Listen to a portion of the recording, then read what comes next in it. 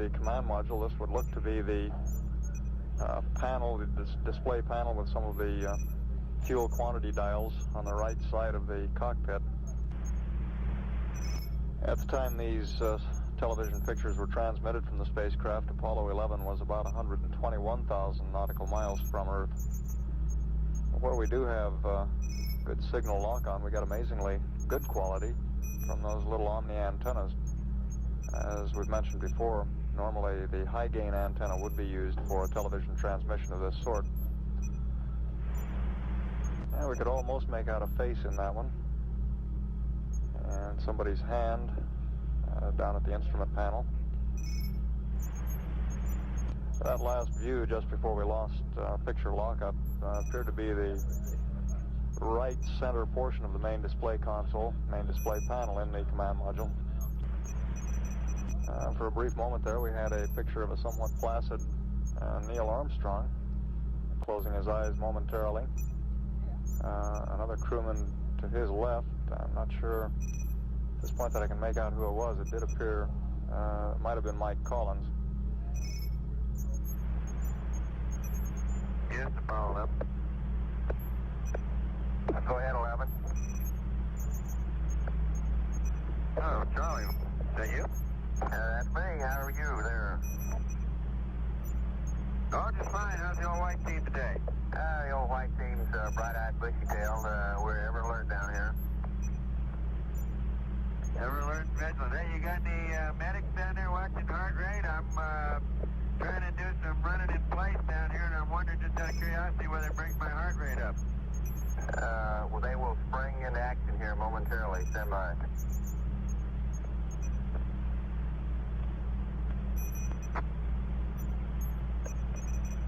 That was Mike Collins commenting that he was doing some running in place exercises, and we may get a brief view of that a little later on in this transmission if the picture stabilizes and holds still for us.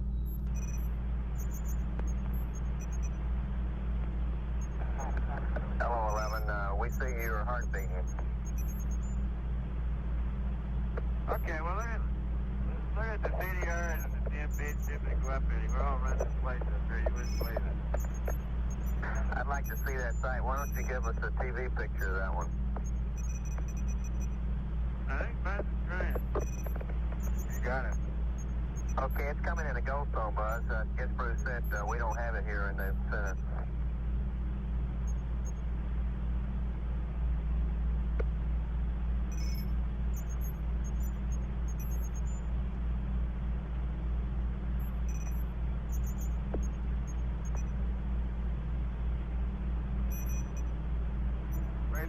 Help out the CCC very much.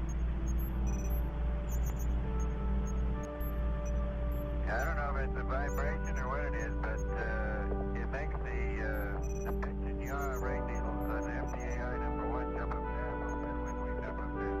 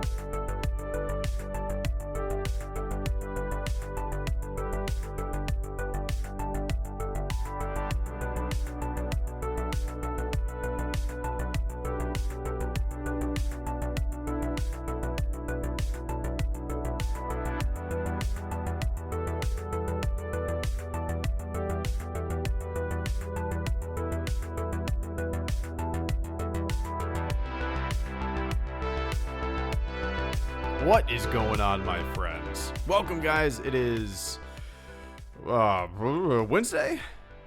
It is Thursday. Belay my last. Welcome, one and all. Let me turn down the music a little bit more. Got my coffee here, hanging out.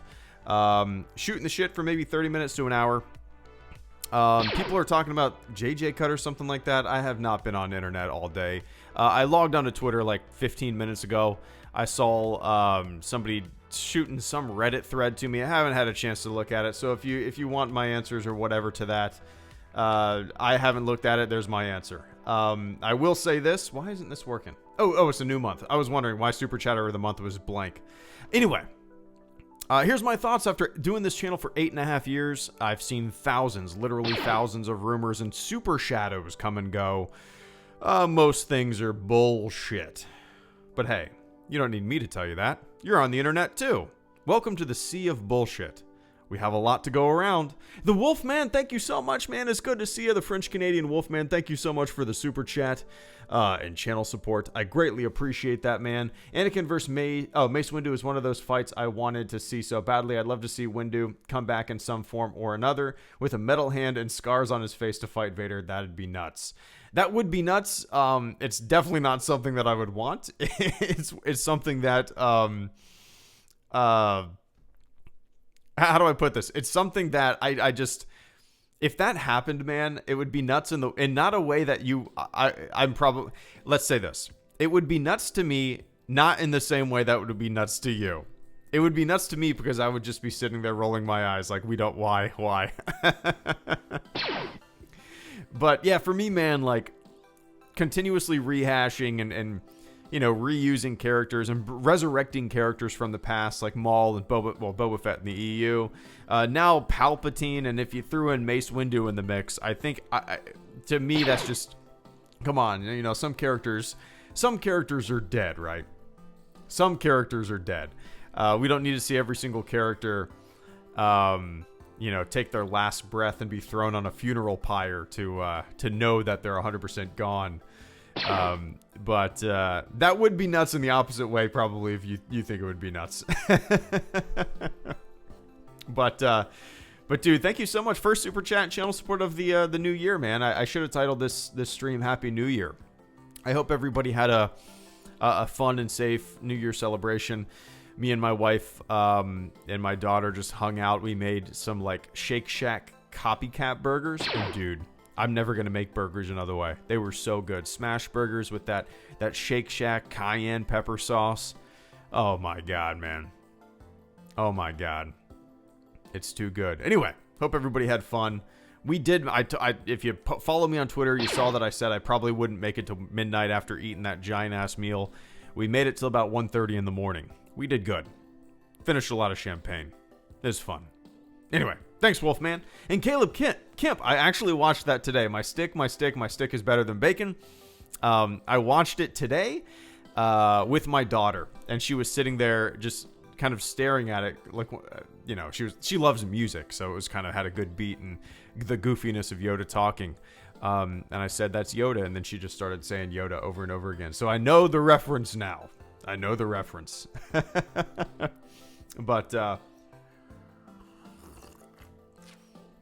But yeah, those guys are super talented and know how to make really great, like, goofy, just, I don't know, goofy, catchy stuff, you know? But I dig it. Anyway, I appreciate that, man. And Wolfman, once again, Rise of Skywalker is Justice League of Star Wars movies. Hashtag Snyder Cut, hashtag JJ Cut. I actually haven't seen Justice League. I haven't seen Batman vs. Superman. I haven't seen Wonder Woman. I haven't seen any of the DC movies except for Man of Steel. And I wasn't a fan of Man of Steel. It's kind of funny that I guess in a way you brought up Superman there with Justice League. But Wolfman, me and my daughter watched some Superman today, like some of the old 1940s cartoons, and I have a Superman like 12-inch doll kind of thing. It's like a plastic giant action figure, and it was made in 1985, I think. My dad's mom got it for me when I was like 1 year old, when I was a baby. and she's been running around with it and saying Superman, and she was so into the cartoon when we were watching it earlier today, and I turned on Christopher Reeve Superman, and I just have such nostalgia for that just good guy, Boy Scouty, attaboy do-gooder Superman, you know? That's what I want. That's what I like my Superman cheesy. I like my Superman cheesy. And I like my Superman saving cats out of trees and saving people out of burning buildings and saying cheesy lines. Maybe that's a Superman for another time, but that's the way I like my Superman, you know? Like Man of Steel, I really enjoyed like maybe the first half or so. It's been a while since I've seen that. And then at a certain point, it completely lost its charm for me. And maybe charm is the best word to describe what I like about the character of Superman, you know? But yeah. Anyway, Wolfman, I appreciate that, man. My stick is better than bacon. And Ryan Jost, who will win the Super Bowl? I'm gonna say the Patriots.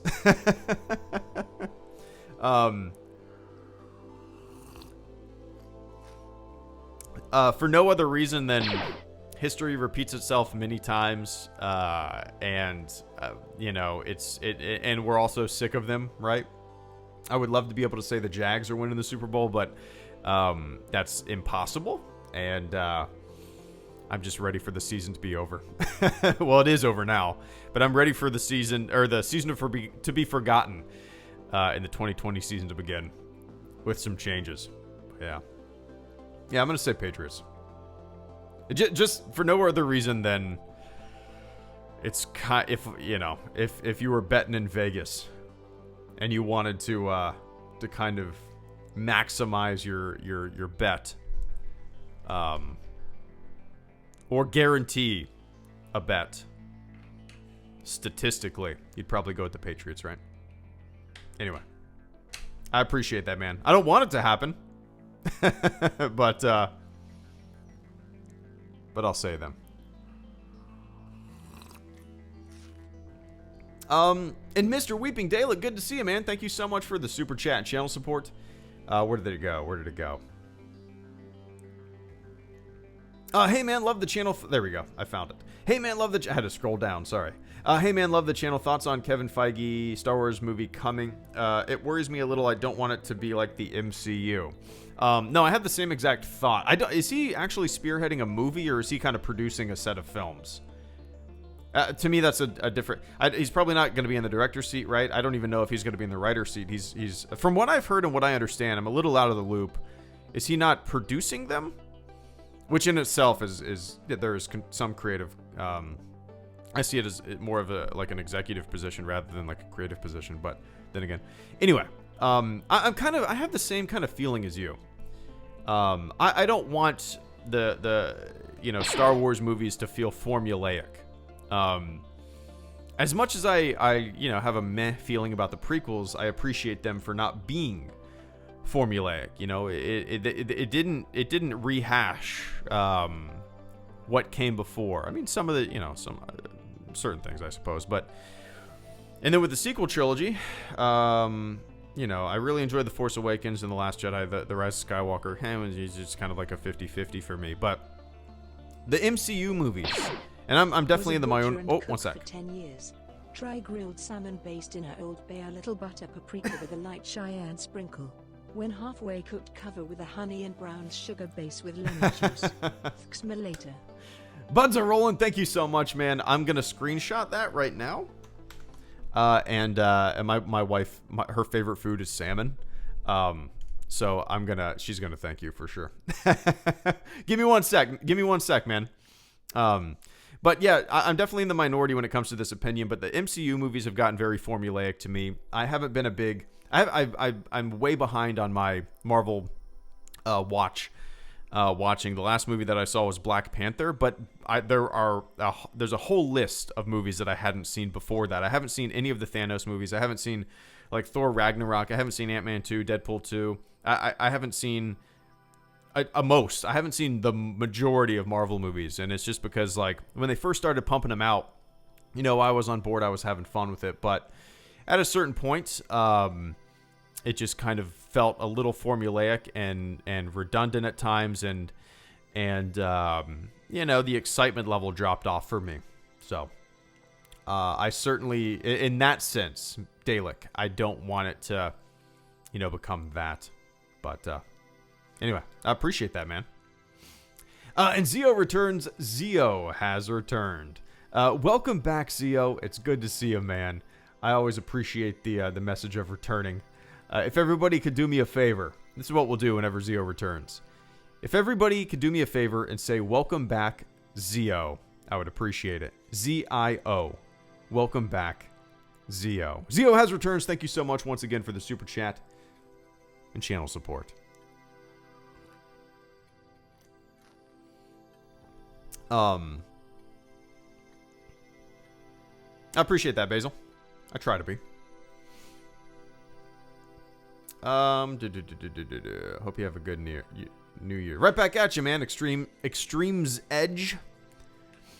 And Stranded J, thank you so much for the super chat and channel support as well. I think I saw your tweet. Or was that? No, that was on Instagram, right? I think. Yeah, that was on Instagram. No, was it? Or was it on Twitter? I can't remember. But Stranded J said, started my job at WB. When I saw your message, you said something like, got a job at the WDB lot or something like that, and reading this book or something. I can't remember how you phrased it. And I was like, hell yeah. What an awesome gig. I don't even know what you do there. You could be cleaning floors. But that's awesome. Congrats, first and foremost, for landing that gig, man. That's big stuff. And thank you for picking up the book. Dude, I looked this morning for the first time in about a week at the Amazon listing, and I was like, oh wow, there's been 10 reviews, and the book has 5 out of 5 stars, and the reception has been overwhelmingly positive. You know, it's extremely nerve-wracking. At least for me, it was extremely nerve-wracking putting out something like this. It's a very personal book. You know, it's like almost 200 pages, and there's some personal stories in there, personal experiences. And, you know, it was nerve-wracking. And to see just how it's been received and how it's extremely humbling. I'll just put it at that. It's extremely humbling. But Stranded J, I'm glad you're digging it. Congratulations. And thanks for picking up the book, man. If anybody's wondering, it's called Sorry About the Mess. Just search on Amazon for HelloGreedo, Sorry About the Mess, and you'll find it. But anyway, oh look, Nightbot. I swear I did not do that. Nightbot automatically posted that. It's on a timer like every 15 minutes or so to post that. So nice, cool. But I appreciate that, man. And Tony Mario Golden II, thank you so much as well. 9 went full Dark Empire, never go full Dark Empire. Do you think they wasted the characters from the original trilogy? For me, it will feel weird not seeing them in the new movies and the EU. The Muddler, thank you so much, man. Give me one sec. Probably a lot more than 1 sec. You guys know me. I'm super long-winded. I say this every time, but I don't want to leave anybody out. And I like to talk about these fun things. Tony Mario Golden II, 9 went full Dark Empire, never go to full Dark Empire. I've actually never read Dark Empire, but I know the story just vaguely. I won't say that I know the story, but I know, you know, broad strokes of what happens. And it is, from what I've heard, you know, a lot of ideas were kind of dug up from that book and tossed into the Rise of Skywalker. And, you know, the ideas, the concepts, the Emperor being back, all that stuff has always felt very, very weird and goofy to me. It's one of the reasons that whenever Dark Empire got brought up, even without me not... I don't think I ever read it. I just, in the periphery of being a Star Wars fan, you know, you kind of learn things just being a Star Wars fan through osmosis. And all the ideas in that book often felt really weird to me. Stuff that I would never want to see, you know, in a sequel film. And knowing that a lot of the ideas were pulled from that book makes me just kind of shrug my shoulders even more at the movie, you know. or at least seemingly pulled from that book. Maybe, I mean, I don't know. Somebody, during the writing process, during the production of the movie, somebody had to have said, hey, this idea is a lot like Dark Empire. Or they intentionally did it that way, you know? It's weird. But yeah. Anyway, big shrug of the shoulders, Mario. I appreciate it, man.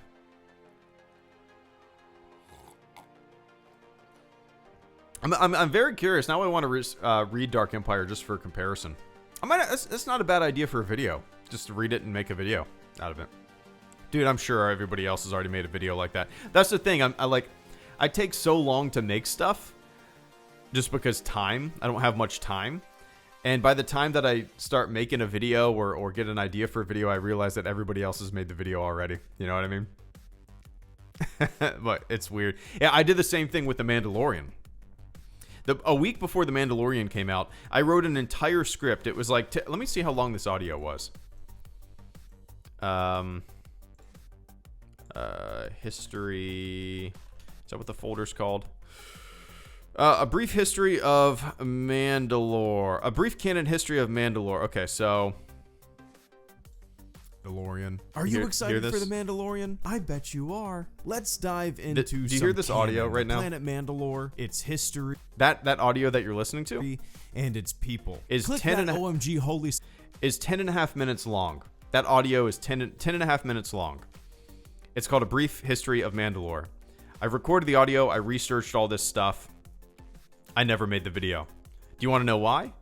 Yeah, the first episode of The Mandalorian came out, and I realized I looked on YouTube, and there was already like 15 videos basically titled the exact same thing. And I sat back in my chair, and I was like, yeah, whatever. Whenever I see that, it just kind of kills motivation to make the thing, if that makes sense. When a bunch of people are talking about the same exact thing, I kind of want to divert and go to a completely different direction. Does that make sense? Anyway. It's weird. Inception. There you go, Dalek. But, anyway. How did I get on that tangent?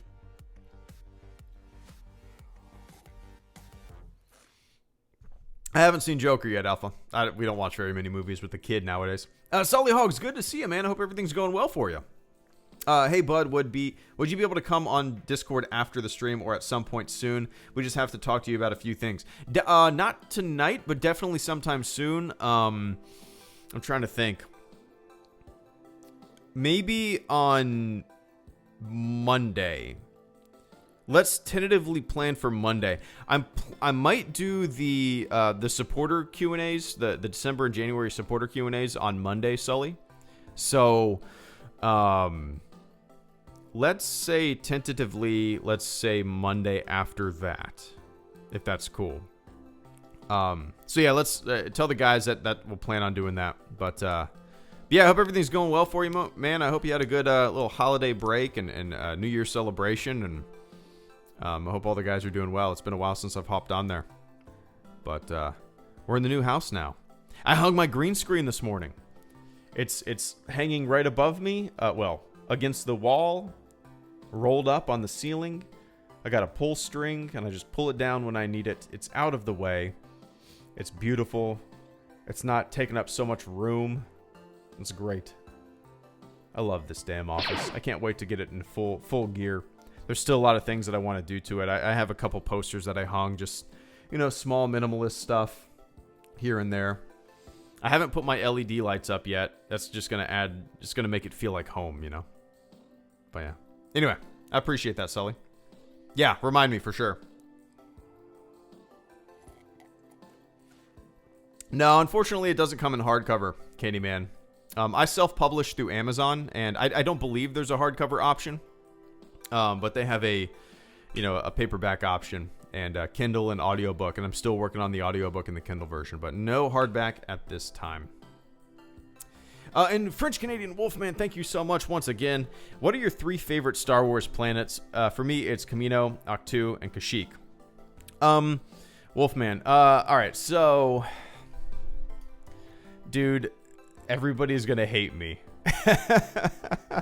because this is just based on pure nostalgia. pure, hey, this is what I grew up with. As I'm saying this, you guys can already guess, right? You got your Tatooine as my number 1. I just love it. It's where it all began. A New Hope is my favorite Star Wars movie. And then you got your Hoth. I love me some Hoth. Love me some Hoth. You know, opening up Empire. Kicking it off with a fun-ass battle. And then you got your Endor. Well, how about... yeah, I think that's it, man. I think that's my 3 favorite. Honestly. I love Crate. I like the look of Crate. I like the Battle of Crate. I like Octu too. Naboo would be the place that I would probably want to vacation if I was living in the Star Wars universe. But when I think of Star Wars planets, man, the first 3 that come to mind are Tatooine, Hoth, and Endor. You know, the forest moon of Endor. But that's predictable, right? Oh, HelloGreedo, you predictable bastard. But I appreciate that, Wolfman.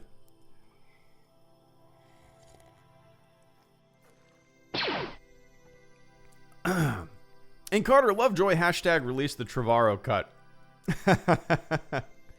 Yeah, I would love to know. Well, yeah, I would love to know what I guess he had in store for the film. He has a writing credit on The Rise of Skywalker, but I am very curious, you know, what ideas he formulated, where his ideas were in the movie, you know. We should just get all that bullshit trending, right? Release the whatever cut.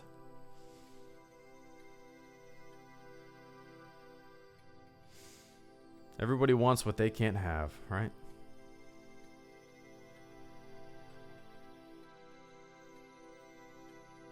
It's funny. Everybody wants what could have been if they didn't like the thing that was, right? Oh, what could have been. Hashtag release the blank. Oh, what could have been. I don't really play that game. I don't play the how it should have ended game. I ride the wave. Tell you guys if I like it, don't like it, but I don't play the how I would have done it game, right?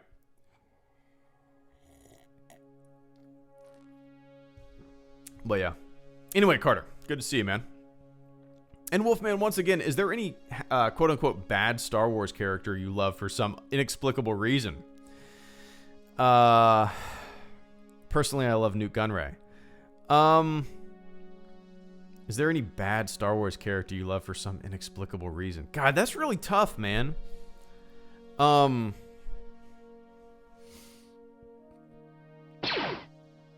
That's really tough.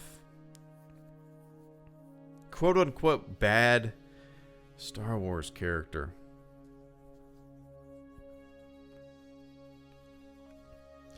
I think back to like Return of the Jedi, right? And I'm very curious if what people's reactions were like to characters like Salacious Crumb, right?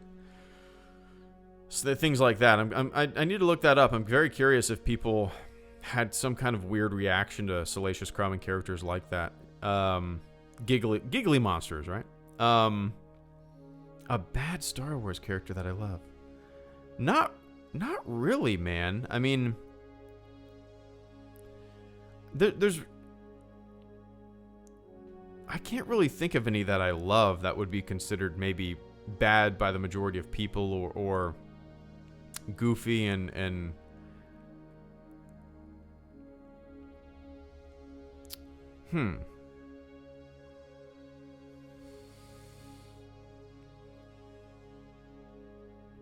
God, I don't know. Sorry, man. I'm trying to rack my brain, but there's no Return of the Jedi Special Edition lady alien singer. What's that character's name? Sice Noodles, yeah. Wait. I get that wrong? Yeah, Sice Noodles. Sice Noodles was great pre-special edition for sure. But special edition Sice Noodles, special edition digital Sice Noodles is pretty yikes. But yeah. Anyway, Wolfman, I can't really think of any, like, what you would consider, what the majority of people would consider bad Star Wars characters that I love. Yeah, I really can't. You know, most of the characters that you would consider, I guess, bad, whatever that means, you put it in quotes, so I get what you're saying. Most of those, I just kind of, like, shrug my shoulders, and I just kind of, like, you know, they're there. I don't really love any of them, to tell you the truth, but if that makes sense. That's a really tough question to answer. I'd have to think about that, but I appreciate that support this evening, man.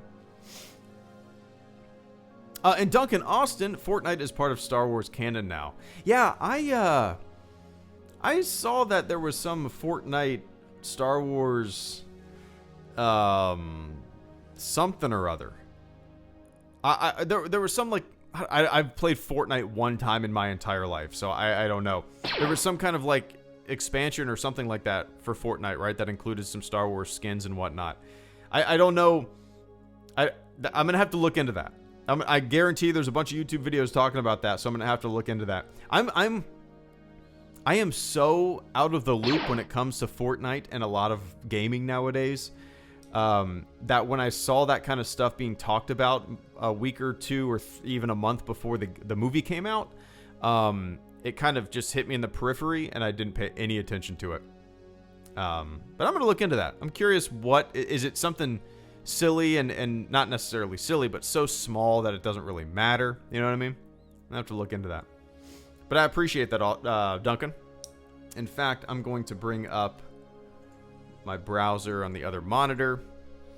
Fortnite Star Wars. And I'm just going to keep that up. And look, I'm so out of the loop that I spelt Fortnite as two words. and I even said spelt. Anyway, I appreciate that, man.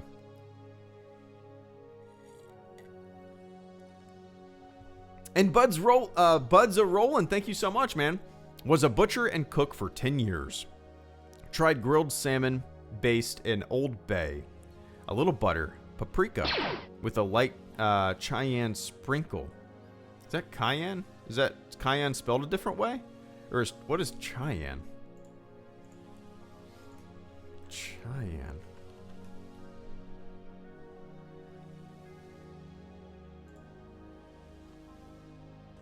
Seasoning. Yeah, okay, cayenne. I've never seen it spelled that way. Unless that's something different. Interesting. When halfway cooked, cover with a honey and brown sugar base with lemon juice. All right. Thank me later. Like I said, man, my wife's favorite food is salmon. And that sounds right up her alley. I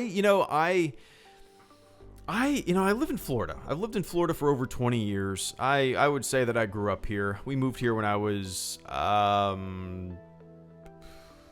let's see. I was probably 12, 11, around then. Maybe 13. I was probably 13. I'm going to say 13 when we moved here. And I just never grew up eating seafood. Now, my wife's family's from Florida. She was born here. She eats oysters, raw, everything. She eats everything. I never grew up with seafood. So the closest thing to I ate mahi and swordfish, but it had to be deeply blackened. Salmon, the way you just described it, it sounds like it would be really good. But for whatever reason, it's never been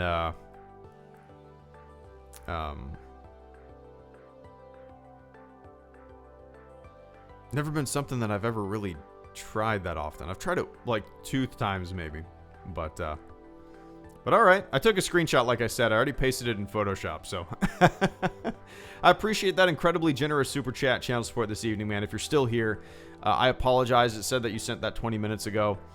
And I'm very long-winded. To all those guys, everybody who's super chatted, I appreciate it. I will absolutely get to yours. I'm very long-winded, so I apologize. But buds are rolling. I have to get you down to Florida and cook for me, man. Yummy stuff. And the Muddler, thank you so much. Do you think they wasted the characters from the original trilogy? For me, it will feel weird not seeing them in the new movies and the EU. No, Muddler, for me, like, when Disney acquired the franchise, and you go back and watch these videos, when Disney acquired the franchise in 2012, I started making videos in 2011 before Disney acquired the franchise, and when they acquired the franchise, you know, boom, new Star Wars movies, lots to talk about. And in the videos I made back then, even back then, before we knew anything, when all we knew was that they were going to make something new, I continuously said, I want the original cast to be kind of, you know, if they're going to be in there at all, I want them to be sparingly used. I wanted the baton to be passed to a new generation. So in that sense, I've been pleased, you know, because you guys know me. I like Star Wars when it's forward thinking. I like Star Wars when it's goes beyond what has been told, what is known, pushes boundaries, introduces new characters, new stories, new scenarios.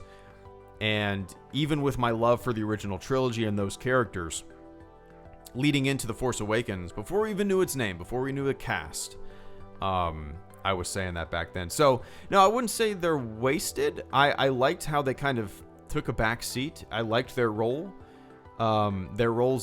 in these films, in that sense. So, no, I wouldn't say that I felt they were wasted. Because Star Wars is bigger and broader than just a few people, right?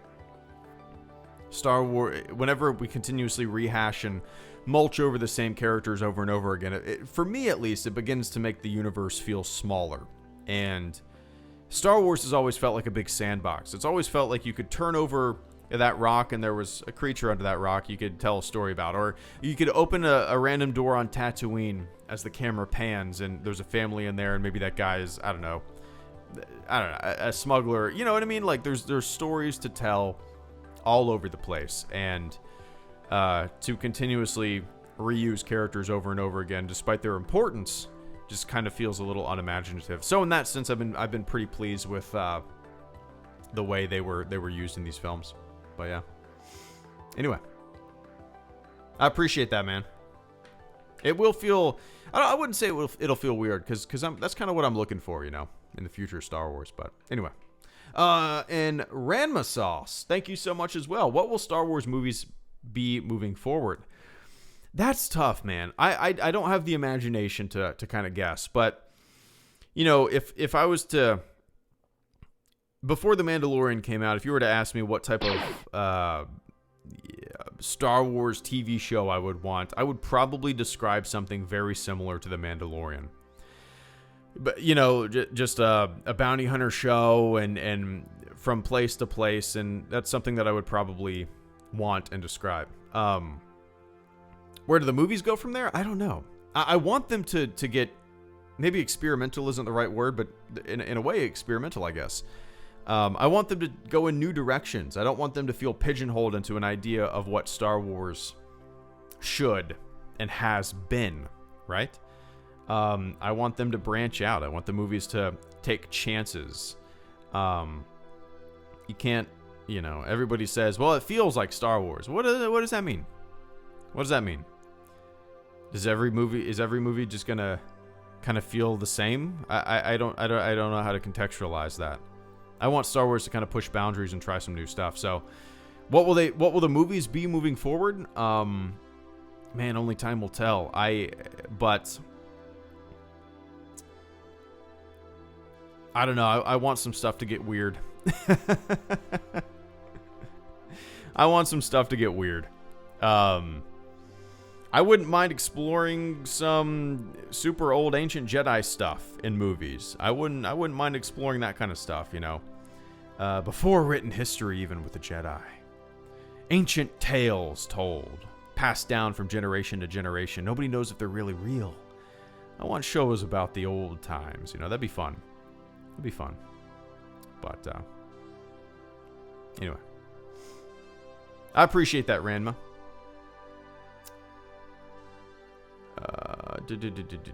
Oh, and Wolfman, once again, thank you so much. Just bought your book 2 seconds ago. Can't wait. Dude, I had to read that again. Sorry. Just bought your book 2 seconds ago. Can't wait. Well, thank you so much, Wolfman, for picking it up. I'm gonna shamelessly toss it on the screen there. Sorry about the mess. Now available on Amazon. So it's probably in the stream description below if you want to click on the link. But dude, Wolfman, thank you so much for picking it up, man. I hope you enjoy it. I hope you get something out of it. Like I said, it's if anybody's looking for 200 pages of just Star Wars stuff, you might want to look elsewhere. This is kind of a personal book. There's a lot of Star Wars in there, don't get me wrong. But there's also my thoughts on clickbait and social media and my time in the Navy and being a dad. It's a book full of opinions and little personal anecdotes and stories. And anyway, Wolfman, I appreciate it, dude. And you'll let me know what you think. Let me know what you think. But thank you so much for picking it up. And Star Wars Cantina, you can visit just one Star Wars planet. Which one? All right, Cantina, here we go. Here we go, Mr. Star Wars Cantina. Let me take a quick sip of water before I answer this.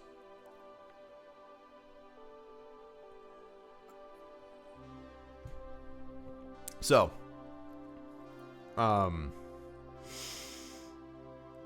Star Wars Cantina asked me, you can visit just one Star Wars planet, which one? So I look at it from two perspectives, right? As a fan outside of the movies. If I were to, I don't know, let's say in the far future, we're able to, go into some virtual space where it's indistinguishable from real life, then I would want to go to Tatooine as a fan of Star Wars. As a viewer of Star Wars, I would want to go to Tatooine. I would want to go to the Lars Homestead. I would want to go to Mos Eisley and the Cantina and all that stuff. That's what I would want to do. But internally in the films, let's say I lived in the Star Wars universe. Star Wars was life and I lived it, right? I was just a person in Star Wars living a life. I would probably want to go to Naboo. I would want to, like a trip to St. Lucia, like a trip to Jamaica, I would want to go to Naboo. A beautiful place, a lot of water, get a good tan, lounge in the grass by the water, hang out next to a waterfall. So those are my two answers. As a Star Wars fan, I'd go to Tatooine. As somebody who lived in the universe, I'd want to go to Naboo. But yeah, anyway, I appreciate that, man. Hope everything's going well for you. And Yubnub for life, I dig the username. Did you hear about hashtag release the JJ cut and the Reddit story that recently came out about behind the scenes drama? I literally heard about it 5 or 10 minutes before I started the stream. I hopped on Twitter just to announce this stream, and I saw people posting about it. I don't know anything about it. From my perspective, a lot of that shit's goofy to me, but from my perspective, man, and this is coming from a perspective that has been on this YouTube game and seen a shitload of Star Wars news and nonsense and rumors and bullshit come across my desk over the past 8.5 years, literally thousands, I'd be willing to bet. And this is also coming from somebody who hasn't looked at it. I haven't looked at this. So this is just broad strokes here. My instant knee-jerk reaction is that it is a super shadow. It's yet another thing of bullshit. The past 3, 4, 5 years have been just rife with the smelliest garbage can full of bullshit diapers you can imagine. And we'll see, we'll see. It's weird to me. It's not just a Star Wars problem. It's an internet problem. It's a media problem. It's a gullibility problem. That's to say that if this is false, which, well, let's face it, probably is. Because people, look at your personal Facebooks. If yours is anything like mine, Holy shit, ladies and gentlemen. People share and believe the most nonsensical nothing, right? And I navigate the internet kind of with this bullshit filter on, where I assume something is bullshit until I'm proved otherwise, right? In this, maybe that's cynical, but in this weird day and age where there's so much nonsense just floating out in the void on the internet that seeps its way into real life, you almost have to navigate those waters with that mindset, in my opinion at least, because god damn, don't believe everything you read is a phrase that some people really need to get ingrained into their heads. And maybe it's true. That's me not looking at it, but that's me coming at it from a perspective of being in this YouTube game for 8.5 years and seeing a lot of Star Wars nonsense come across the desk, you know. But yeah. Anyway, I'll definitely read about it. Maybe tonight when I'm laying in bed, but we shall see. Anyway, Yubnub, I appreciate that, man. And buds are rolling. Thank you so much once again. Except Star Wars. What is your favorite franchise? Myself, Jurassic Park. The first movie is probably my favorite movie to watch over and over. My other favorite franchise would probably, well, Jurassic Park is a good one. The modern ones, Jurassic World and all that stuff, they haven't really done much for me. The first Jurassic Park is without a doubt. I'm gonna say it. It's the best. It's my favorite because it was different. It was unique. It was something new. The sequels always try to. I don't know. I mean, the Lost World was decent, I guess. Third one sucked ass. Jurassic World. I don't know. It kind of reminded me of like when people try to copy Jaws, copy the wrong thing. I don't know. Does that make sense? But yeah, the Jurassic Park, the new Jurassic World stuff hasn't really done much for me. That being said,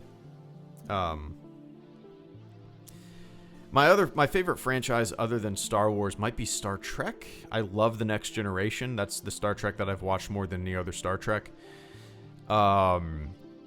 Obviously, I grew up watching Jurassic Park and Indiana Jones. I don't really look at Jurassic Park as a franchise for whatever reason. I look at it as like an individual movie. I don't know why.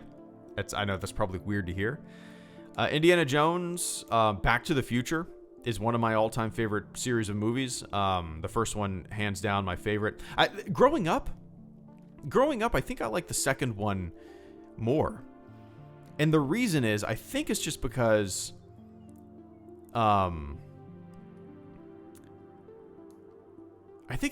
that futuristic look, that oh my god, the world is going to be crazy in the future, right? I loved that kind of House of the Future, old cartoons that came on from the 50s, right? And to see this world of the future and all these flying cars, it was fun to watch as a kid. And you see this neat stuff coming out and all that. I loved that as a kid. But over the years, the first Back to the Future is without a doubt my favorite. But yeah, so.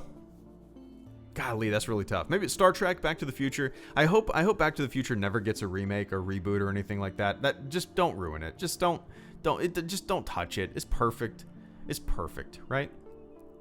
But yeah. Anyway, I appreciate that, man. And Bozentica? I'm an idiot and I probably butchered the name, but I appreciate that channel support this evening. Which directors would you like to direct a Star Wars film? I would pick Edgar Wright, Chad. I don't know if I've ever heard that pronounced. Gareth Evans. I'm gonna look that up. I don't honestly, I don't know if I know what those guys have done. Oh, The Crow. Interesting. Oh, John Wick. Okay. I never knew who directed John Wick. Oh, V for Vendetta. Oh, that'd be cool. All right. I'll go with Chad. I'll pick. Greedo, Oh, one sec. Do you think that Mando is the best Mandalorian character we've seen in Star Wars, better than Boba or Django? Also, what did you think of that reveal in Episode 8 with Mando? Killian Hannon, thank you so much for the extremely generous super chat and channel support this evening. I greatly appreciate that, man. Thank you so much. Give me 1 sec. I'm very, very behind on super chats. Be a few minutes, but dude, I appreciate that. Stick around. Let me see. One sec.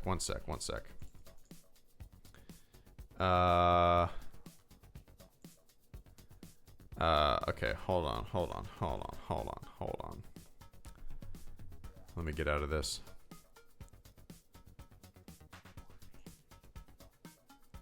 All right, cool. But Killian, thank you so much. Give me one sec, man. So Boz&Tika, if I had to pick a director, I would pick Danny Boyle. Danny Boyle would be my kind of go-to. If I love Danny Boyle as a director. He's a great visual storyteller. You got your Train Spotting. You got 28 Days Later. You got Sunshine. If you guys haven't seen Sunshine, it's a really fantastic sci-fi movie. I can't recommend it enough. The first third is great. The last act is meh, but it's worth the journey. It's worth the journey. It's a really great movie and visually stunning. He also directed, Slumdog Millionaire, a bunch of stuff, but he also directed one of my top 10 movies of all time called 127 Hours. If you guys haven't seen 127 Hours, watch it. I love it. It's a story of survival. I could watch it on repeat. It's one of those types of movies for me. But so yeah, Boz&Tika, I would pick Danny Boyle just because I think he would put a fun spin, a unique spin on a Star Wars movie that would be that we've never seen before.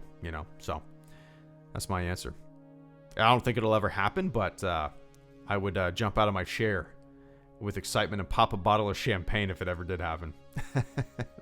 So anyway, I appreciate that, man.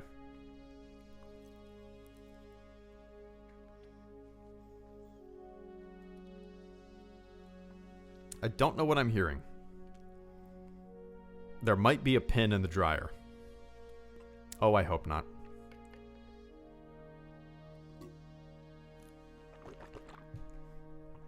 All right. And Sergio, thank you so much as well, man. Hashtag release the Johnson cut. What? Well, in all seriousness, I would love to have known.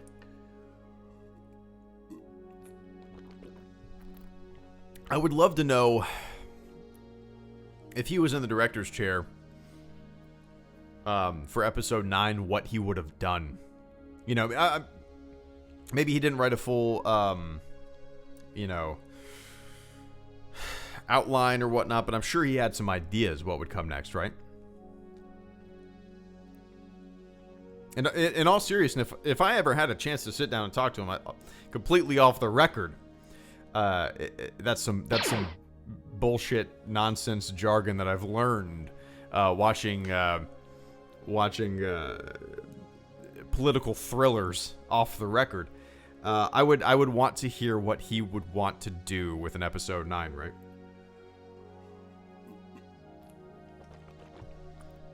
One of the dumbest things that I've heard it's silly is like, the Last Jedi didn't leave anything. They had to bring back Palpatine. What? Huh? That's dumb. That's dumb. That's what you do as a writer. You pick up where others left off. You pick up where the story left off. You do new and inventive things. You put your own spin on things. The idea that they needed to bring Palpatine back because they didn't have a choice because they didn't leave them with anything to go on is so incredibly dumb to me.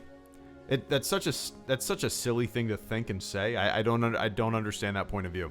So I would love to know where he would have taken it, But yeah. Anyway, I appreciate that, man. And Titan BP McClunky indeed. My McClunky video, I was surprised it did really well, dude. I don't know why I just thought of that, just because I looked at my analytics earlier today. My McClunky video did pretty good. What's really funny to me is, since all this recent just kind of Star Wars stuff,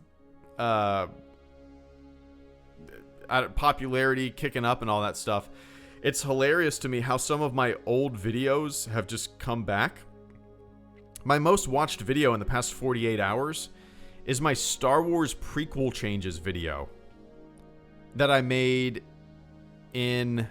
When did I make this? I made this video in... Oh, it doesn't say? Really doesn't say. In 2017, January of 2017, I made it 3 years ago. And for whatever reason, the YouTube algorithm robots decided to put that at the tip top. And that's my most watched video in the past 48 hours. Weird. Why did I go on that tangent? It's weird.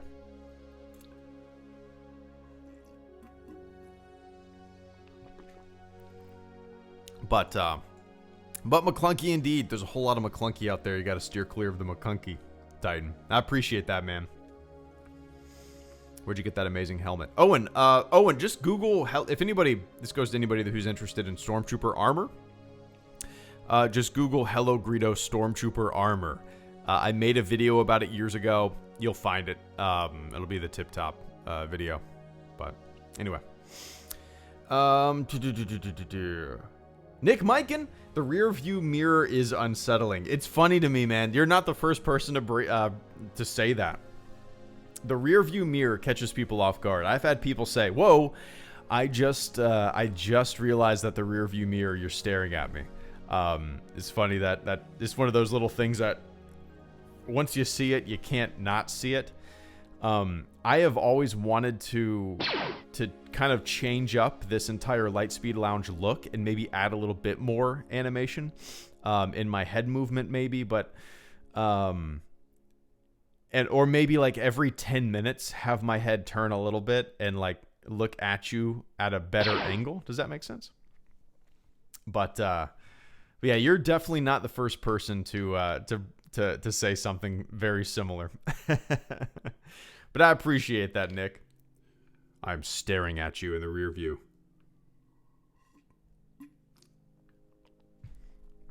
Cool it back there, kids. Andrew West, thank you so much as well, man. Hi, HE. The TFA was... Oh, The Force Awakens was my first Star Wars viewing experience. Nice. I saw it at the Academy of Motion Pictures. JJ and Kathleen Kennedy were there. Well, that's a hell of an experience. That's exciting, man. Your first Star Wars theatrical experience, Andrew, was The Force Awakens. And what's cool about that, you know, is reminiscent of... Well, that was probably the case for a lot of people, Andrew. TFA was probably... I mean, a huge chunk of people's first Star Wars movie-going experience, right? Which is kind of cool to think about. My first Star Wars movie-going experience was actually the re-releases of the original trilogy in the 90s. When the special editions came out, they re-released them in the theater. And then the prequels obviously came out, and I watched those in the theater too. So, one sec. Best Disney SW. I can't wait for S2 and more shows, but I'm afraid Disney will learn the wrong lessons from the show. Namely, they like shows. So let's make 5 shows in 1 year. Too many eggs in the basket. Vince, I'm kind of thinking... Well, one sec, man. One sec. I appreciate that, man. So, yeah, Andrew, that's cool to think about. Your first Star Wars... And to have it be as grand and big and as much of an experience as that... it's pretty great. It's pretty great. A lot of people's, it seems, was The Force Awakens too. That's cool. I remember going to see The Phantom Menace. I remember going to see this. I vaguely remember going to see the special editions. I vaguely remember as well going to see Attack of the Clones.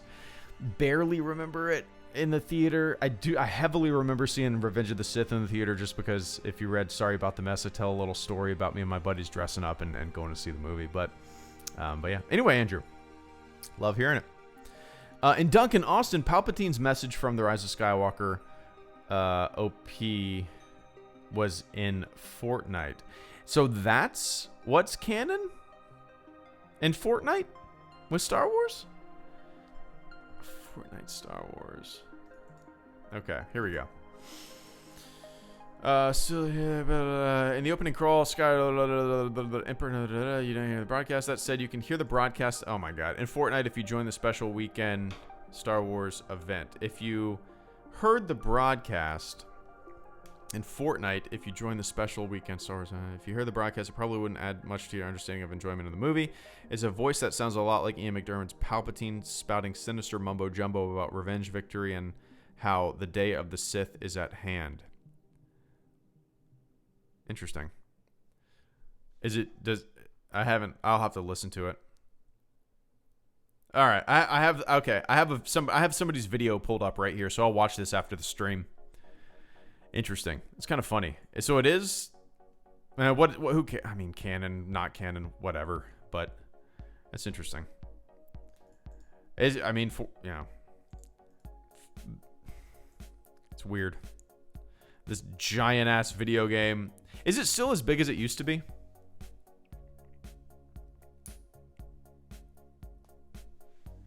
I mean, I've been out of the loop, like I said, for a while.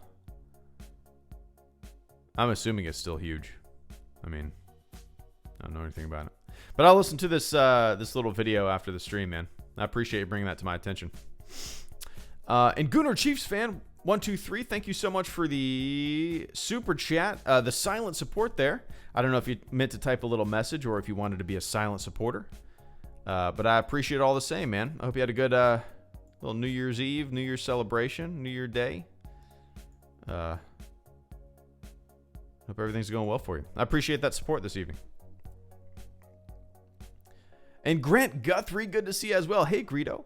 Had a near catastrophic day regarding work stuff. Super off topic, but how do you deal with stress? What's your go-to when life gets...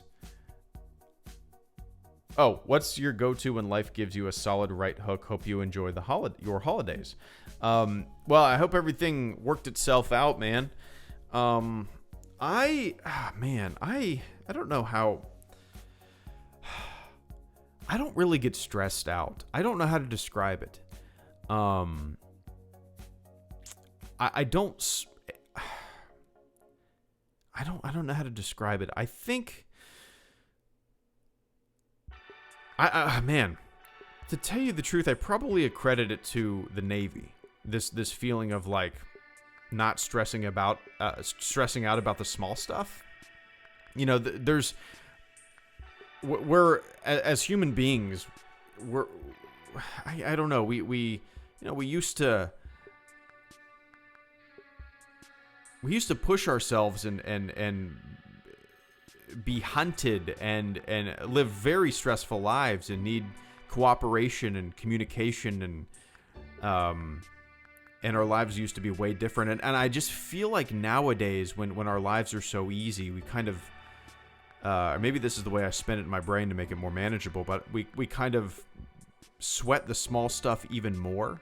The things that are less important and the things that aren't necessarily that requiring of stress end up stressing us out because we don't have incredible, most of the time things are decent and people stress the small stuff through whatever anxiety they have. Does that make sense? So I've really never been that, the things that I've stressed about, like, when my daughter was born, I thought we've had complications before, and I thought, going into that, I thought something might be wrong, and there's major things like that you stress about. That's warranted of stress. Even when there's stressors at previous jobs that I've had, they work themselves out. There's a path to get out of the stressful situation. There's always a path, right? There's always something you can do to remedy the stress. I don't understand like getting so worked up with stress and anxiety, and this is just my brain. I understand everybody's different, but for me, I don't understand crazy stress, crazy anxiety, because there is kind of always for the most part, always a path towards a clear path towards not feeling that way. Does that make sense? I don't know if that makes sense. But so that is definitely not an answer to your question. But Grant, I think it's almost like a mentality of, most things are okay. Life is fine. Cool it. You're going to wake up tomorrow. The sun's going to be shining and you're going to be okay. I look at the grand scheme of things, and life is pretty good. And the stressors and anxieties that you might feel, for the most part, almost feel like scaffolding around you that's just kind of, it's easy to see through, right? If that makes sense. But anyway, I hope I answered your question a little bit, Grant, but I hope everything worked out.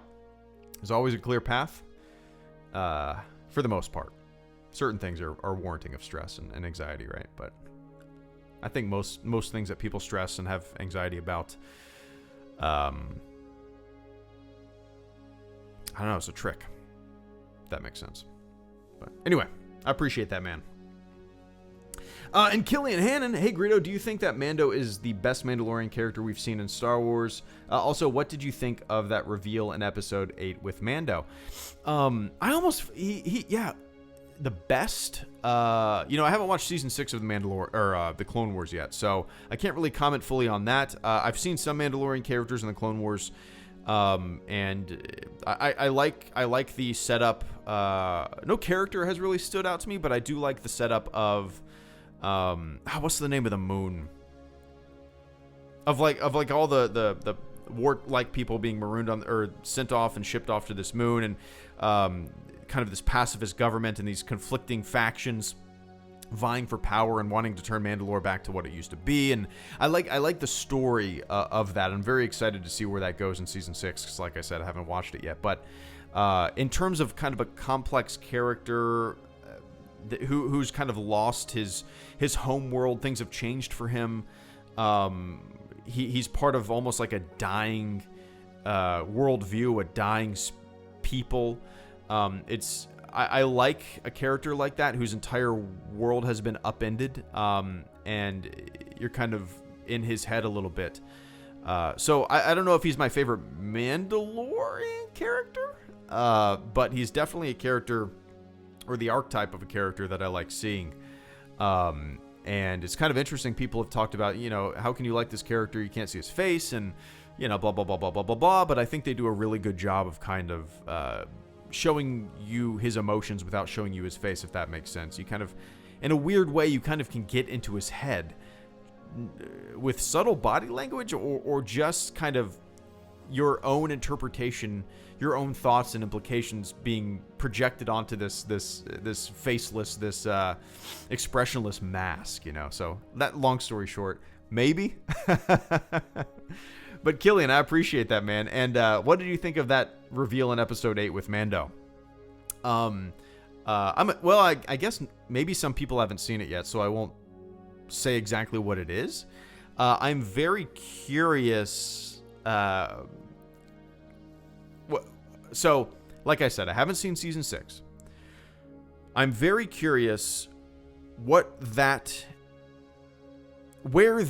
do I put this without spoiling anything? I'm very curious if season 6 will broaden that thing and that reveal more, even, because we've seen it. I've seen it, but I haven't seen it in season 6, and I'm very curious if it's going to play it up more and show more. I know about it just in the periphery. I've read Wikipedia articles about it, even for researching stuff. I thought it was a pretty good reveal, and I don't know what the implications hold. I'm assuming that I can't spoil anything.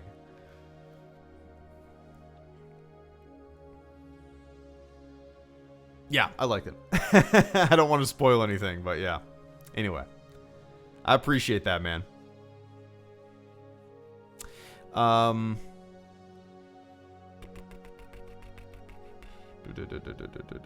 Let's see. And Thornton Wager, good to see you, man. What do your marathons look like? Star Wars marathons? Like if I'm sitting down, or my actual running marathons, Thornton. I have never done a marathon. The closest thing to a marathon I've ever done is a 9-mile run.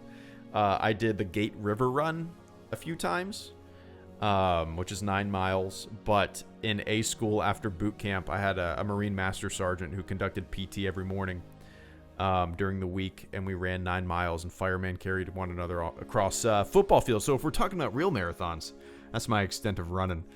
But if we're talking Star Wars marathons, to tell you the truth, I haven't done a marathon in a very, very long time. Not since before The Force Awakens.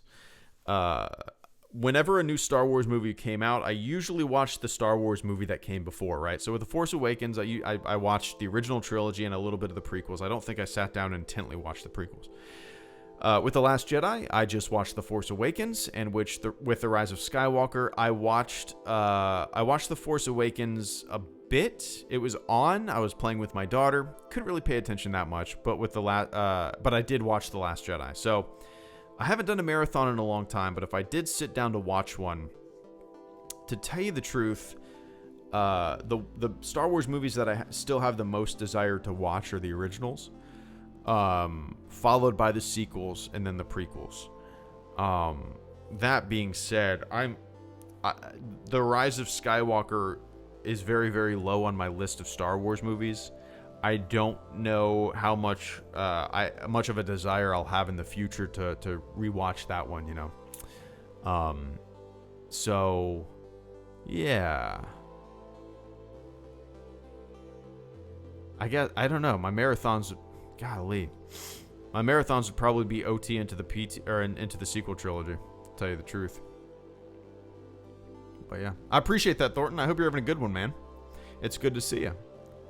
And Philippe Sasso, those two guys at the beginning of episode 8, sure it was a Red vs. Blue parody. Have you seen it? First season is amazing.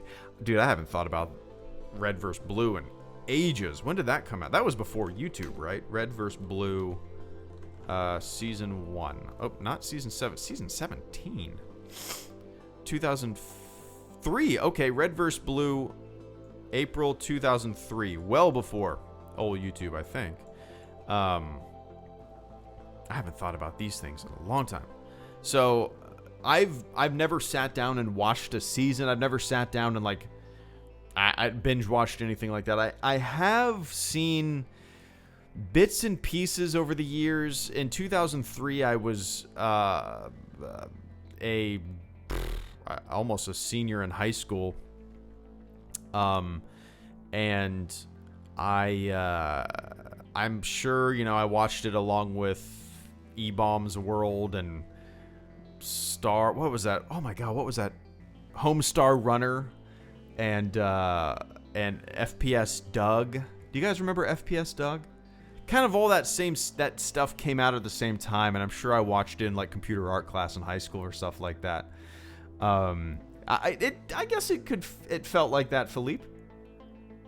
I could totally see that. I love the beginning of episode 8. Those biker scouts, like I said in my video, it felt like just a couple bored soldiers who were on watch, who got tasked with something to do, and they were just twiddling their thumbs. You know, 99% of your day in the military, unless you're deployed or something like that, is pretty thumb twiddling. And that's what it felt like to me. It felt like some guys who were on watch who just got called to do something and they're just shooting the shit, right? But yeah, I loved it, Philippe. But I appreciate that, man. And Thornton Wager, once again, also, did you like Ad Astra? I loved it. I actually haven't seen it. I haven't seen Ad Astra. Is it out on Ad Astra? It is definitely on my list to watch. Okay, so it's available on Amazon Prime to rent. It's not streaming anywhere for free. All right. Audience rating summary. Let's see. Oh, I love it. Why is there such a divide? It's very interesting. It's very interesting to me. Ad Astra here has a 84% critic review and a 40% audience review. And whenever I see that, I get excited to watch it because I the vast majority of the time side with critics. The vast majority of the time. And sometimes I see an audience score like a 40% and I'm like, what? And granted, I haven't seen this movie, but it does give me hope. And I'm excited to see it. So let's see what 2001 A Space Odyssey. Like if that movie came out today, let's see. The critic score is a 93 and the audience score is an 89. If that movie came out today, do you think the audience score would be an 89. I don't know how the audience score works. Is the audience score like well, I guess anybody can rate it nowadays, right? But if it came out today, I'm sure it would be way less. But yeah, for the most part, I usually side with critics. I like, I don't know. I'm not going to say I have that eye, but I have that brain where I just side with them for the most part. Not intentionally, but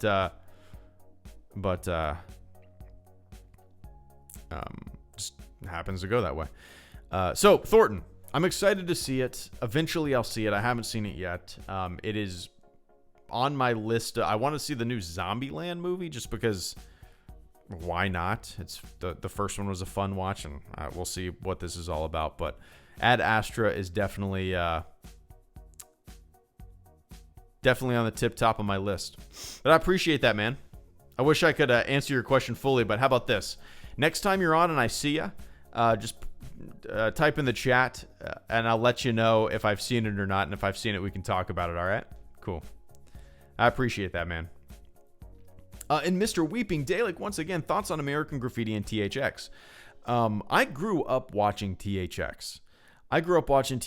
Even it's not called the special edition, right? THX 1138 special edition?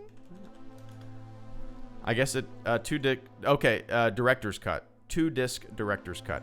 I had I still have it. The THX 2-disc director's cut DVD.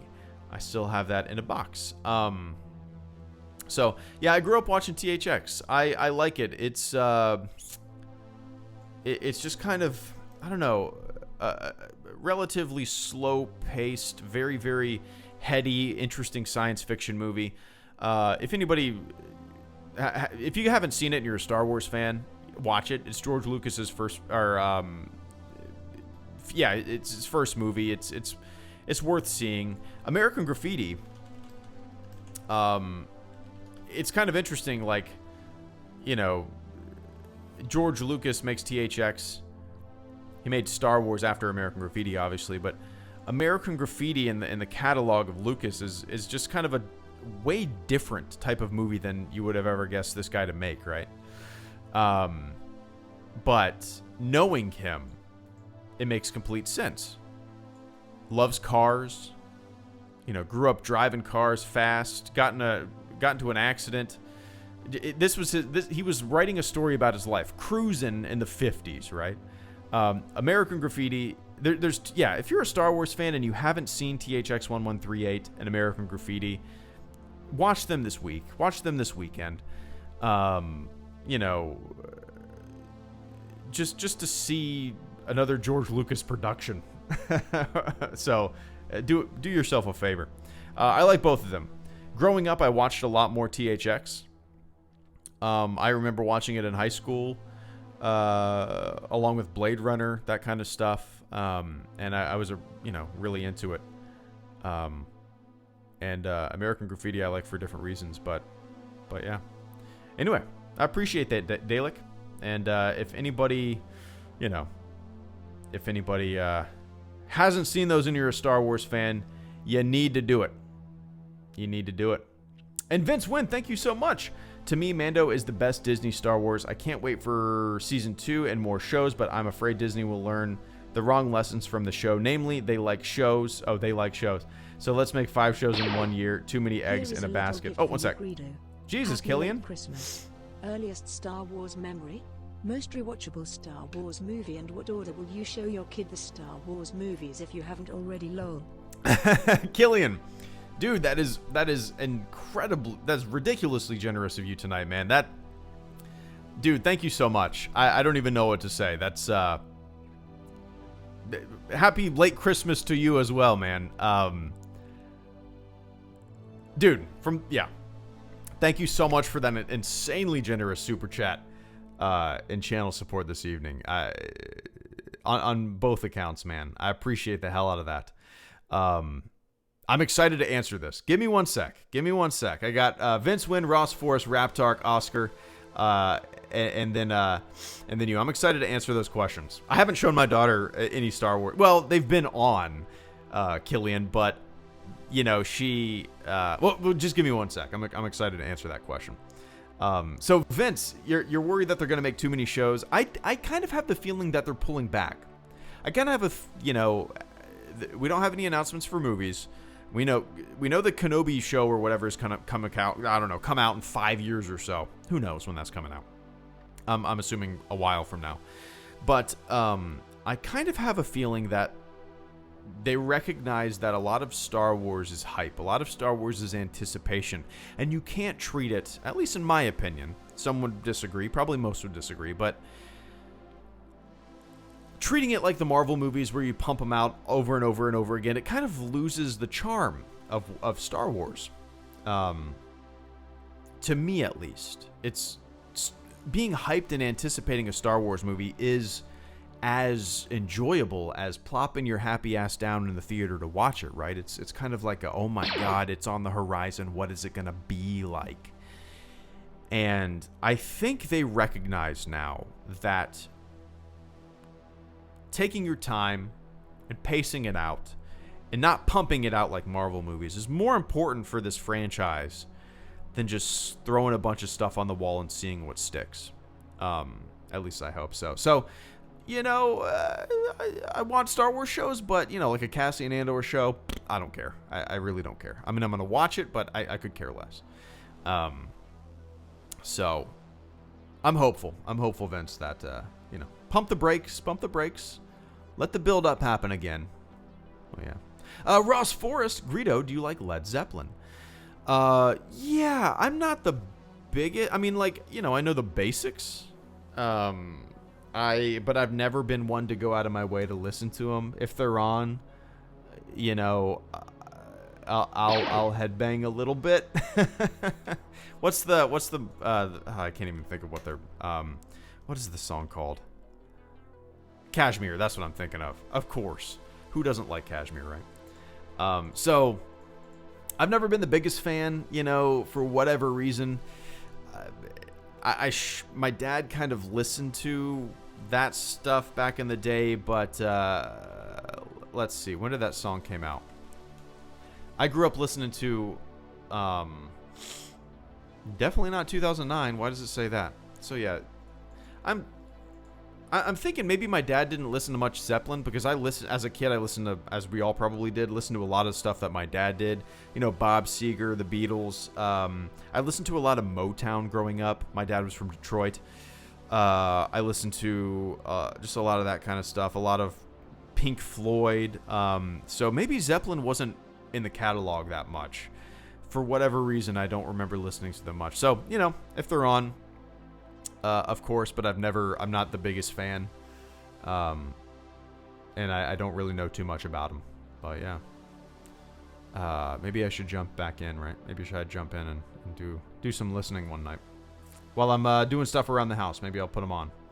But I appreciate that, man. And Raptar, good to see you. So Disney Plus hasn't released any news about being available in Argentina, and they wonder why piracy is so common down here. Yeah, it's a bummer that there's well, first of all, just broad strokes here, it's a bummer that Star Wars has always been a global event. A Star Wars movie's coming out, and the world's excited, and the world can see it. The world can experience it relatively at the same time. But The Mandalorian is kind of the first time that it feels weird that we're not all experiencing it together, right, Raptark? And it's just kind of, I don't know what the holdup is. I'm sure there's some kind of legal whatever that I've never looked into. Maybe I don't even understand, and I think it's goofy. But just on a human level, it sucks that we can't all experience it together, globally. You would think it would be easy. And yeah, I mean, when something's not available through some kind of paid thing, like a streaming service, right? It's not available in your country. I completely understand why people resort to piracy. I get it.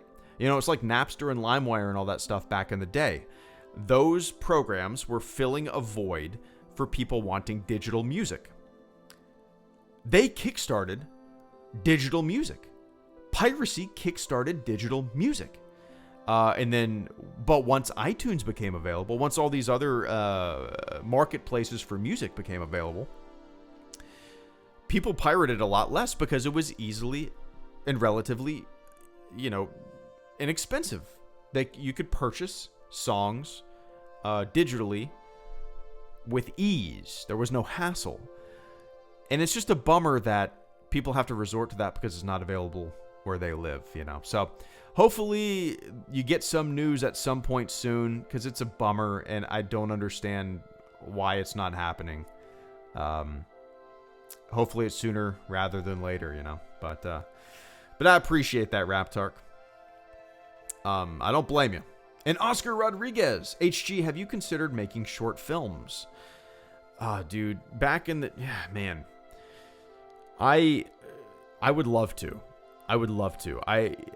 I've always had some ideas, but time is a son of a bitch. And I don't have any nowadays. Maybe in the future, when my kids are like... Or I have one kid now, but we're planning on having another one at some point. But maybe when now kid and future kid are in school, and I have like 7 hours during the day, by then I'll probably stop freelance stuff and I'll tell you guys at some point. But yeah, probably not. I've always considered it, man. It's just, Oscar, it's one of those things where I would love to do it. I have a few ideas, but it's just difficult to execute, right? I think more manageable. Some like a fiction book I've been working on a little bit here and there for the past few years. I have maybe like 40 pages written. I like the concept. I like the idea. But it's something that I've been working on a little bit. And I think that's, if anything, that's where I would go with kind of fiction and creative outlet like that. I also want to do children's books. I have a few ideas for that too, and I like drawing, and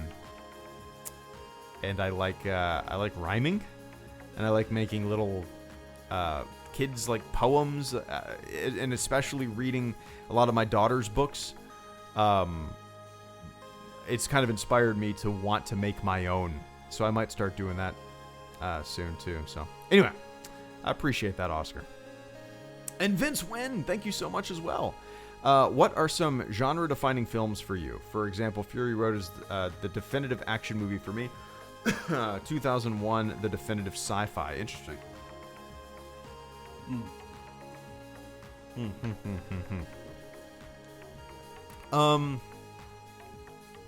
Oh man, that's tough.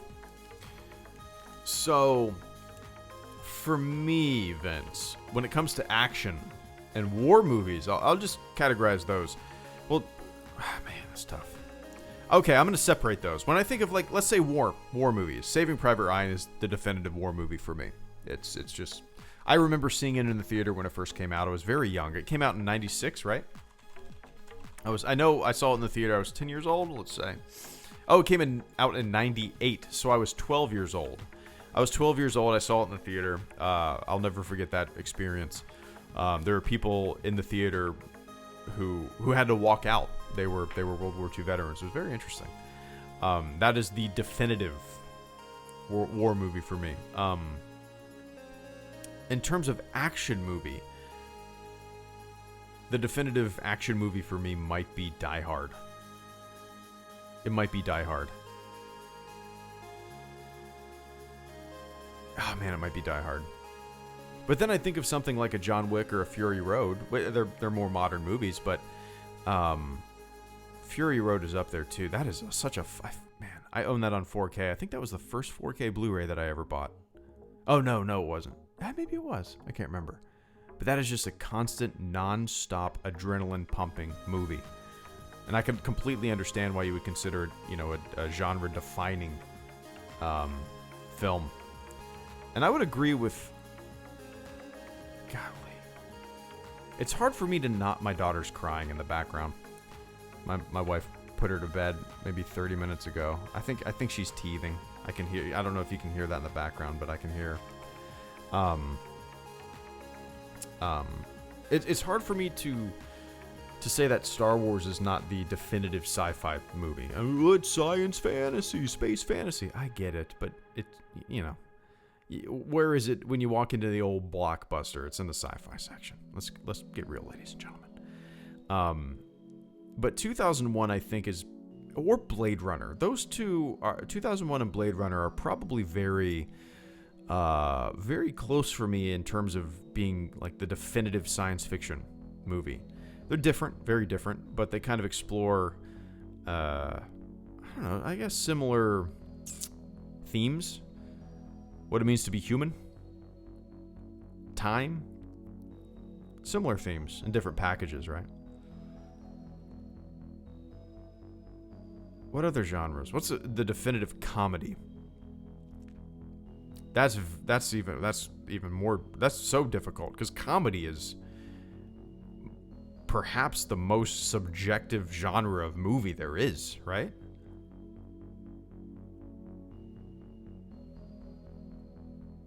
I mean, that's tough.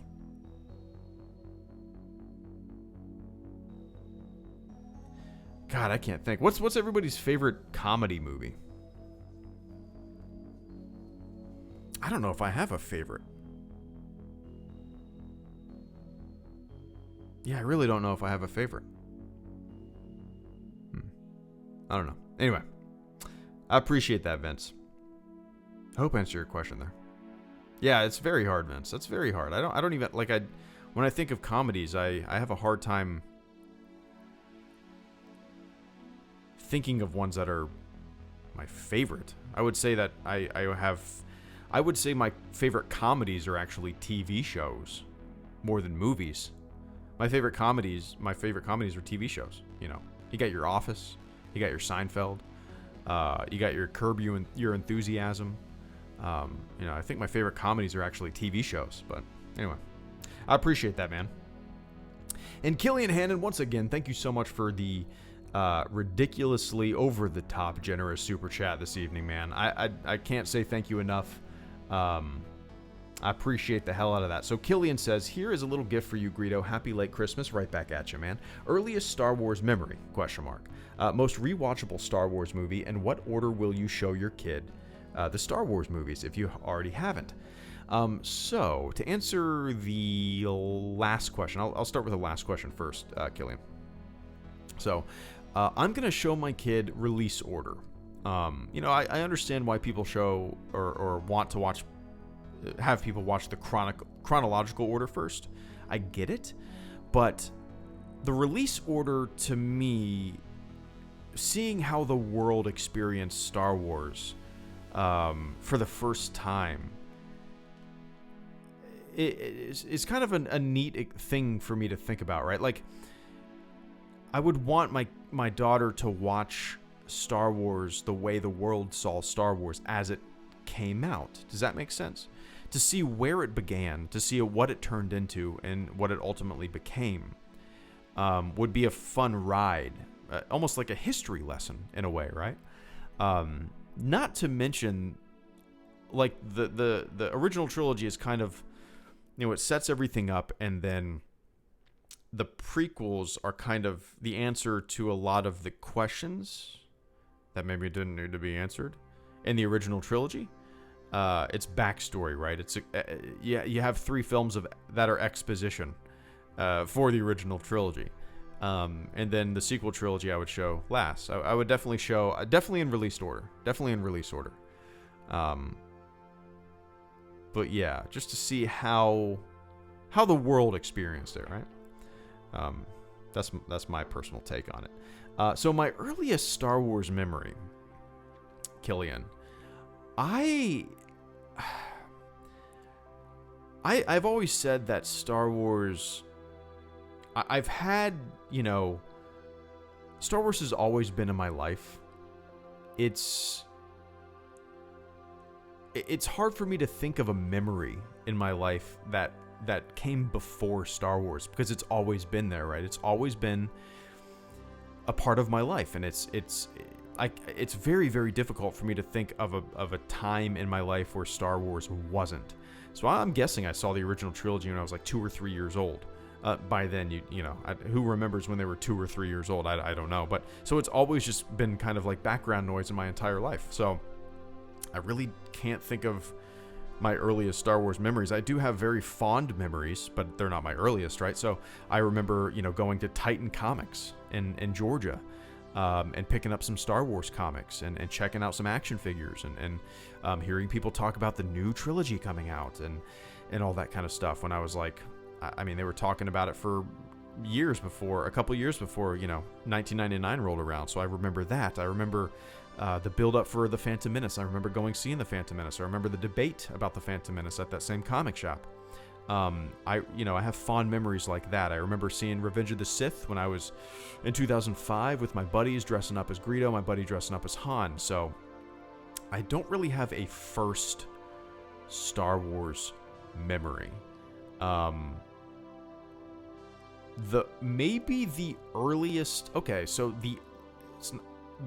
the earliest Star Wars memory that I can think of, might be watching them over at my buddy's house when I lived in Atlanta. I might have been 7 or 8 years old, and I used to watch him in his house. He had like a loft in his house, and we used to watch him on TV, on his TV. I remember watching him on our family's like VHS or VCR in our minivan on road trips. I remember watching him like that too. So I have a lot of memories. I don't know which came first, and I don't know how old they are, but I got some old memories like that, But yeah. And what is the most rewatchable Star Wars movie? For me? And this, okay, so I'm going to say maybe the vast majority of people... Okay. For me, it's A New Hope. And that's just because I love it through and through. It's just a simple story. It's where it all began. I love the pacing of it. I love the introductions of everything. I just love it. It's the most rewatchable Star Wars movie to me. I would be willing to bet, Duval and D, there you go, Brian. I would be willing to bet that maybe Return of the Jedi is most people's most rewatchable. I'll take that back. I'm sure there's a lot of prequel fans that would say one of the prequels, but I would be willing to bet that Return of the Jedi is one of the most rewatchable movies for most people. I don't know, but for me, it's definitely A New Hope. Definitely A New Hope. But Killian, dude, I'm feeling generous. LOL, you're amazing. Well, I appreciate the kind words, man. And dude, once again, thank you so much for the ridiculously generous super chat this evening, and Merry Christmas right back at you. I hope you had a good New Year celebration. And can I say, may the Force be with you? Is that super cheesy? I'll say it anyway. May the Force be with you there, Killian. But I appreciate the hell out of that, man. And thanks for the fun questions. I like reminiscing.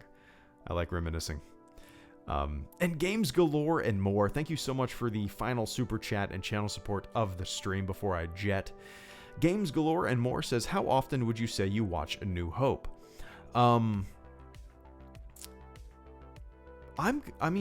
Probably once or twice a year. I used to do it a lot more. 5 to 10 years ago, I used to watch them way more. If they were on TV, I would stop and sit down and watch them, and then get frustrated that they were the full screen versions. Why, TBS? Why do you broadcast the full screen versions? TNT? Why do you broadcast the full screen versions? So I would say nowadays maybe once or twice a year. And that's probably been the case for the past 5 years or so. I don't really go out of my way to watch... Time has been so limited, especially since our daughter came around, that we tend to pick and choose new movies, and very selectively, I might add. And we have to be very selective and picky with what we want to watch, because We don't want to sit down and watch a dud, and we don't really want to watch something that we've seen before. So we kind of have to pick and choose. So yeah, long story short, games, probably once or twice a year nowadays. But yeah. Anyway, I appreciate that, man. Let me take a quick sip before I say my farewells.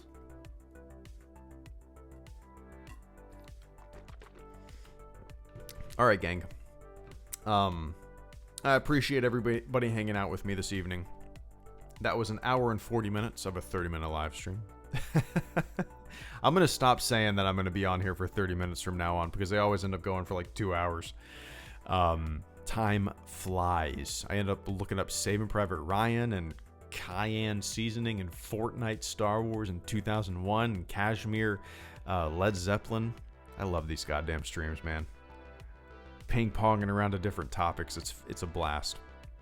But all right, everybody, thank you so much for tuning in. To everybody who supported the channel, from Killian to Vince to Raptark, Oscar, to everybody that I did not mention just now, thank you so much for supporting the channel. The channel would not survive without you guys and that support, so I appreciate the hell out of it. What do we got to look forward to? Clone Wars Season 7. I need to bust my ass and finish watching Season 6. Goodness gracious, Greedo. You only got a month. But, Caleb Kemp coming in with the final super chat and channel support. Everything feels like it's gone to hell after the Rise of Skywalker. So not many places are fun. Thanks for still being a welcoming, positive voice still. Well, I appreciate that, man. You know, it's kind of funny, like, I don't shy away from my opinion of the Rise of Skywalker. I feel like I've been very negative about it, even on these streams. But we have fun still, right? Not calling for anybody's head, not being hyperbolic, not putting anybody down. Just saying I didn't like a movie. That's all, you know. And you can still have fun with it. You don't have to make 1,000 videos repeating yourself over and over again. I've made one Rise of Skywalker video since it came out. One. I'm actually working on a second one, hoping to get it out this weekend, but I could have pumped them out left and right and complained and bitched and moaned. Instead, I'll bitch and moan in 2 videos. But anyway, Caleb, I appreciate the kind words, man, and that means a lot. It's all about having fun, right? Even if we all disagree, even if there's things that we don't like that others like, even if there's things that we like that others don't like, it's always just fun to hang out and kind of I don't know, kind of enjoy it all, right? But I appreciate that, man. All right, guys, time to jet. Yeah, so hoping to get a Rise of Skywalker video out this weekend. It's you know, it's pretty negative. It's pretty silly at times, and but it's fun. So anyway, thank you so much, guys. If I don't see you tomorrow, I'll probably do an afternoon stream tomorrow. We'll see. But anyway, this is the longest outro ever. Shut up, Greedo. All right, guys. Enjoy your evening. Enjoy your morning. Enjoy your afternoon, wherever the hell you are on planet Earth. And I will catch you all on the flip side. Cool? All right. See ya.